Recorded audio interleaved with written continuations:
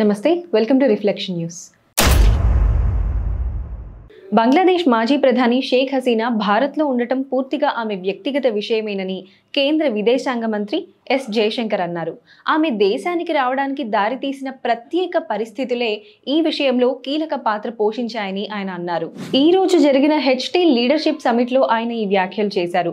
గతేడాది ఆగస్టులో బంగ్లాదేశ్లో జరిగిన భారీ హింసాత్మక ఘటనల నేపథ్యంలో 15 ఏళ్ల పాటు సాగిన షేక్ హసీనా పాలన ముగిసింది.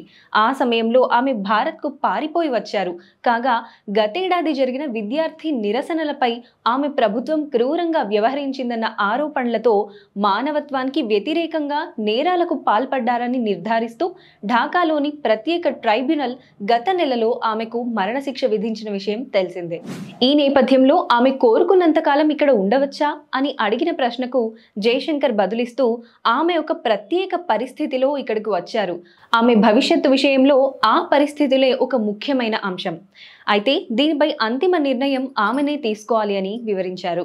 ఇరు దేశాల సంబంధాలపై మాట్లాడుతూ బంగ్లాదేశ్లో విశ్వసనీయమైన ప్రజాస్వామ్య ప్రక్రియ జరగాలన్నదే భారత్ వైఖరి అని జయశంకర్ స్పష్టం చేశారు. బంగ్లాదేశ్లోని ప్రస్తుత పాలకులు గత ఎన్నికల విధానంపై అభ్యంతరాలు వ్యక్తం చేశారు. ఎన్నికలే సమస్య అయితే నిష్పక్షపాతంగా ఎన్నికలు నిర్వహించడమే మొదటి ప్రాధాన్యత కావాలి. ప్రజాస్వామ్య ప్రక్రియ ద్వారా ఏర్పడిన ప్రభుత్వం ఇరు దేశాల సంబంధాలపై సమతుల్య దృక్పథంతో ఉంటుందని నేను విశ్వసిస్తున్నాను అని ఆయన వెల్లడించారు.